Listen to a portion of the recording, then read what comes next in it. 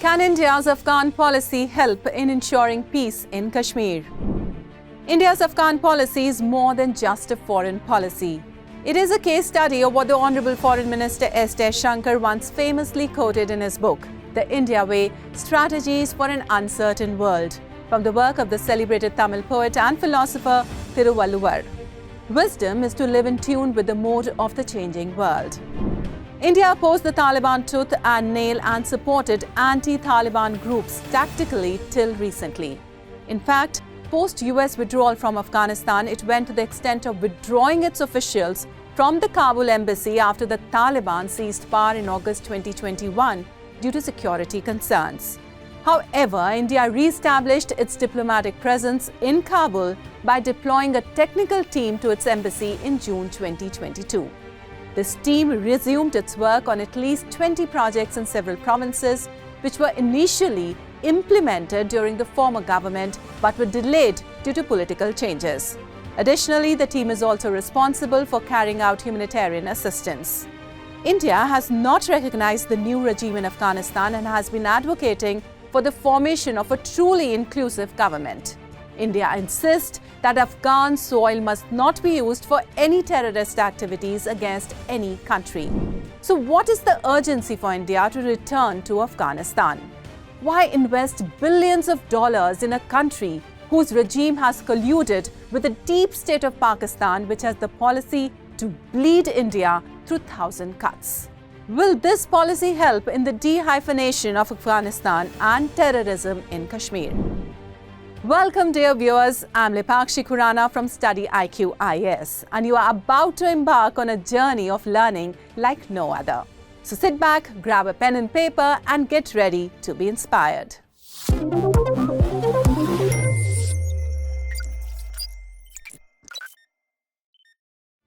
In order to appreciate the situation, let's first decode the intricate timeline of Afghan history.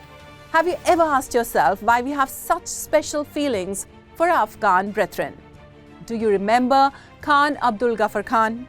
He was one of the prominent leaders of the Indian independence movement and a staunch supporter of the Indian National Congress. Despite the Northwest Frontier Province becoming a part of Pakistan after the partition in 1947, the Pashtuns and unanimous support for the Indian freedom struggle garnered great sympathy in India. This support generated significant empathy in India for the cause of Pashtun autonomy and freedom, despite the territorial changes resulting from the partition. Well, it is worth mentioning that Afghanistan is a multi-ethnic and predominantly tribal society. The population of the country consists of numerous ethno-linguistic groups, with the Pashtuns comprising around 50% of the population, Tajiks at around 25%, Hazaras at around 10%, Uzbeks at around 10%, and numerous minorities making around 5%. Despite their diverse backgrounds, they all share a deep-seated love for Indian culture and civilizational values. Well, the contact between the people of modern-day India and Afghanistan can be traced back to the days of the Indus Valley civilization. Further down in time, significant historical interactions occurred during the reign of Alexander the Great. One of Alexander's successors, Seleucus Nicator, controlled most of Afghanistan before ceding a significant portion to the Mauryan Empire in 305 BC as part of an alliance treaty. However, modern diplomatic relations between India and Afghanistan were officially established in the post-1950s era. A 5-year treaty of friendship was signed between the two countries in New Delhi. It was signed between the Government of India and the Royal Government of Afghanistan by the Indian PM Jawaharlal Nehru and the Afghan PM Shah Mahmud Khan. Here are some of the key provisions of the treaty. The two countries agree to perpetual peace and friendship. The two countries agree to respect each other's sovereignty, territorial integrity, and independence. The two countries agree to cooperate in economic, cultural, and social matters. India agrees to provide economic and technical assistance to Afghanistan. Afghanistan agrees to allow India to construct and maintain a road through its territory to connect India with Central Asia. Well, now let's delve into the actions of the Taliban and why the relations became so bad. Why did they go to the extent of destroying the Bamiyan Buddha monuments? Why did they support the hijacking of Indian Airlines Flight 814 in 1999, which landed and remained in Kandahar? These actions ultimately led India to become a key supporter of the anti-Taliban Northern Alliance.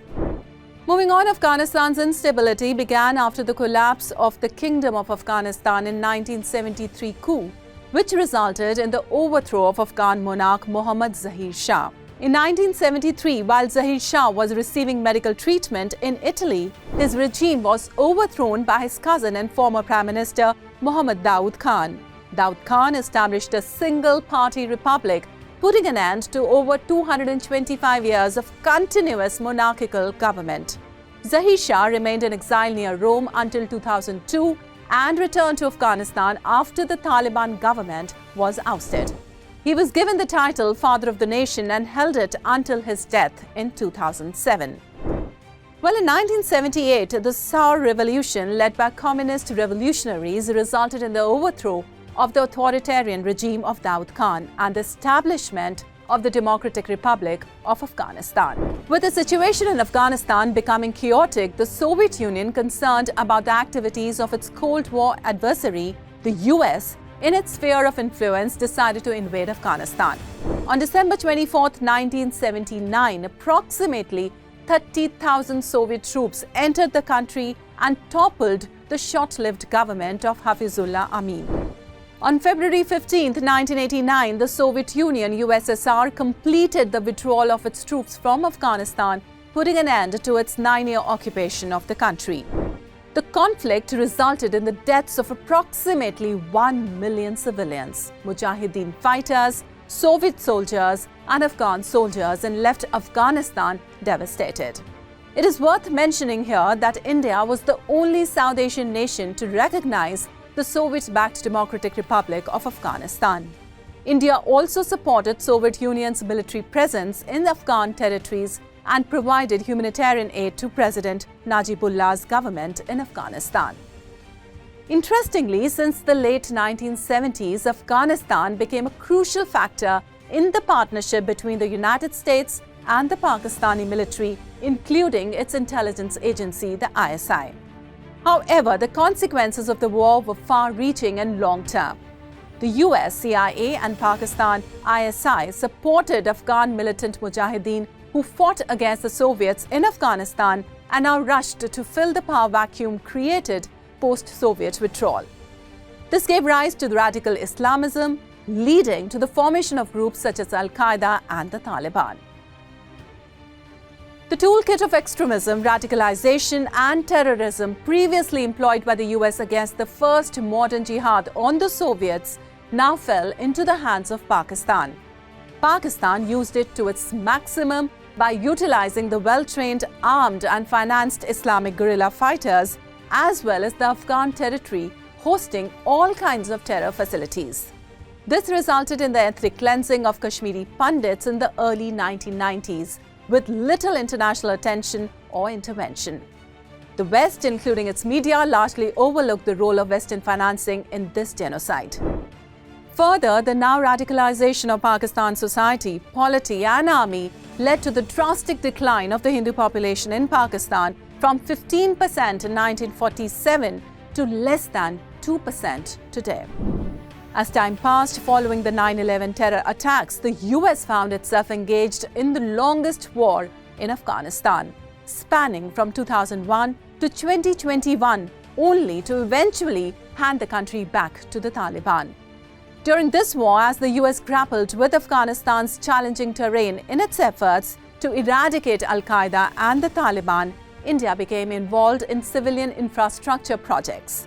This engagement allowed India to leverage its civilizational connections with Afghanistan.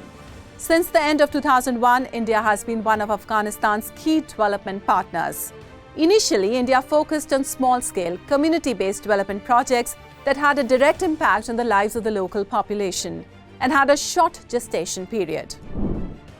Over time, the scope of India's involvement has expanded, with a growing list of development projects in Afghanistan.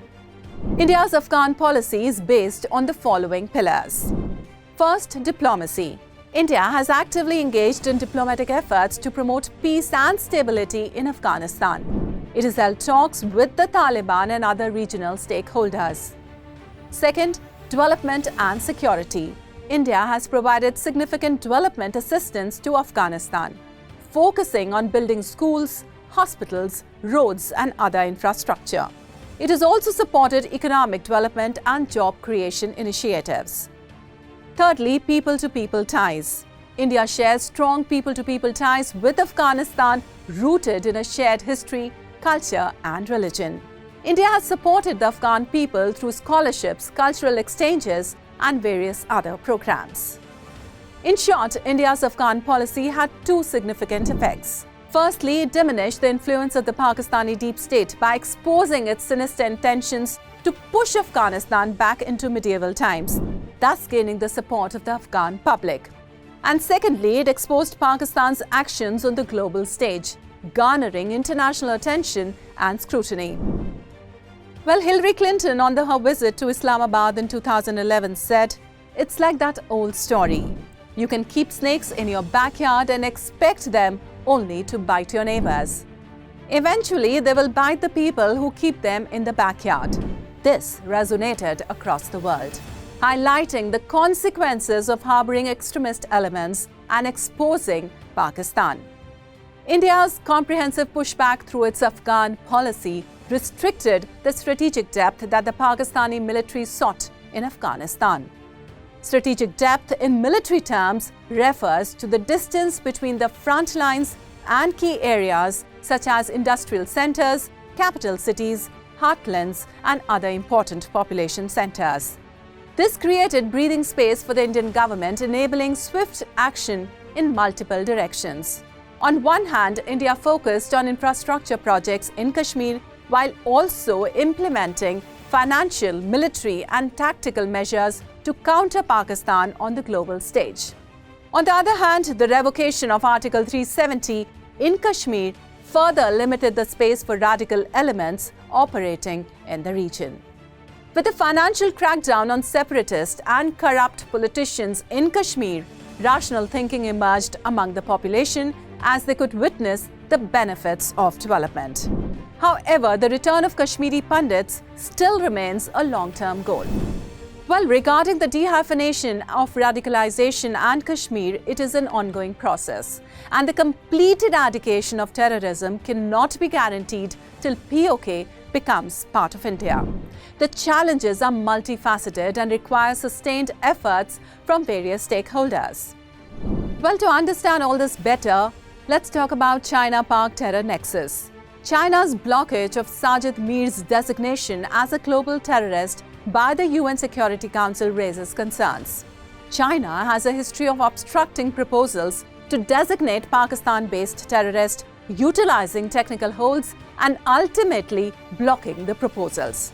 This pattern has been observed on multiple occasions, including the recent incident where China blocked the proposal to designate Sajid Mir the mastermind behind the Mumbai terrorist attacks. The proposal was jointly sponsored by the US and India in September.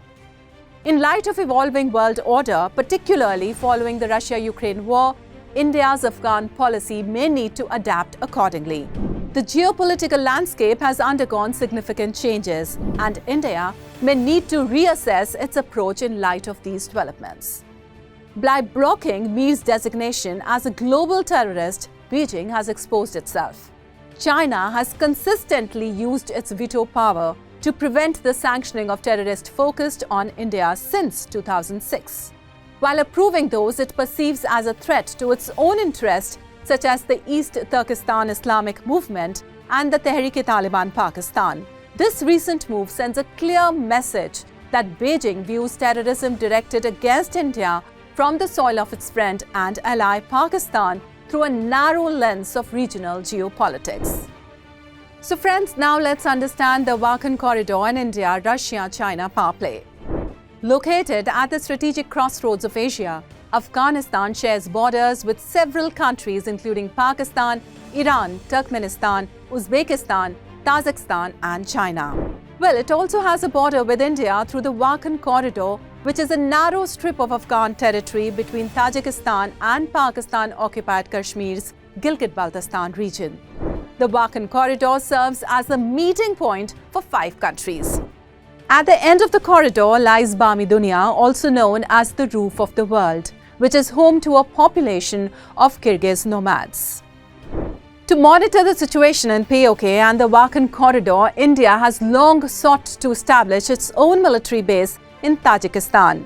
This objective has been pursued for over 15 years. Tajikistan, India's closest Central Asian neighbor, is approximately the same distance from New Delhi as Mumbai. Given its proximity to POK, Tajikistan holds a significant strategic value for India.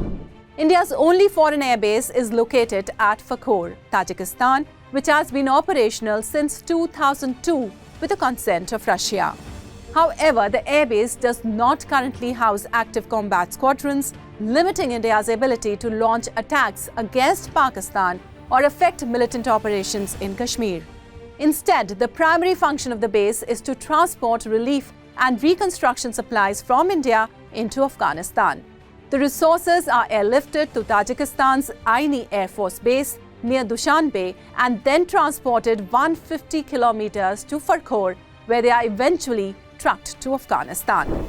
Well, friends, India also pursued the option of using the Aini Air Base as part of its strategic footprint in Tajikistan. This interest arose after an investigation into the intelligence failure that led to the 1999 Kargil War. However, in December 2010, Tajikistan announced that Russia was the only country under consideration for future use of the Aini airbase. Despite this, India maintains 100+ personnel at the airbase, even though it has effectively been closed off for their use. Well, China also maintains a military base in Tajikistan located 12 kilometers from the strategic Wakhan Corridor.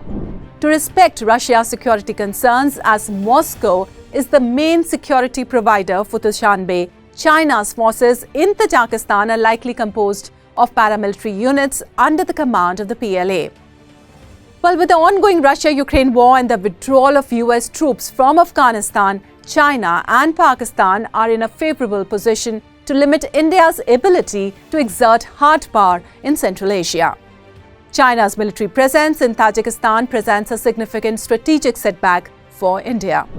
Well, friends, to counterbalance this, India is now prioritizing its access to Central Asia through the Indian-built Chabahar port in Iran. It aims to establish road and rail connections that extend northward through Iran and Afghanistan, linking to Central Asia and Russia. This project also benefits Russia as it provides commercial access to the Indian Ocean, giving Moscow a vested interest in its success. As Russia's influence recedes in the region, India will face challenges in countering the growing Chinese influence in Central Asia. It will likely have to observe from the sidelines as the partnership between Beijing and Moscow shapes the security architecture and trade routes of Eurasia. So in conclusion, friends, we can say that as China prepares for a potential conflict with the West over Taiwan, it seeks to strengthen its eastern border by creating strategic space for Pakistan in Afghanistan. India's Afghan policy will play a crucial role in this scenario. While New Delhi navigates its relations with the Taliban, time is of the essence. The recent cooperation with the US and its military complex has resulted in a jet engine deal, enhancing India's air combat capabilities against China and Pakistan. The Predator's drones, also called the MQ-9 Reaper, can be used for focused monitoring of any specific point or area of interest, say in POK and Wakhan Corridor. However, the key question remains about Afghanistan and how to prevent it from falling under the influence of China and Pakistan in the new world order. If you like this video, please like and subscribe. Do let us know in the comments which topics you would like to hear from us.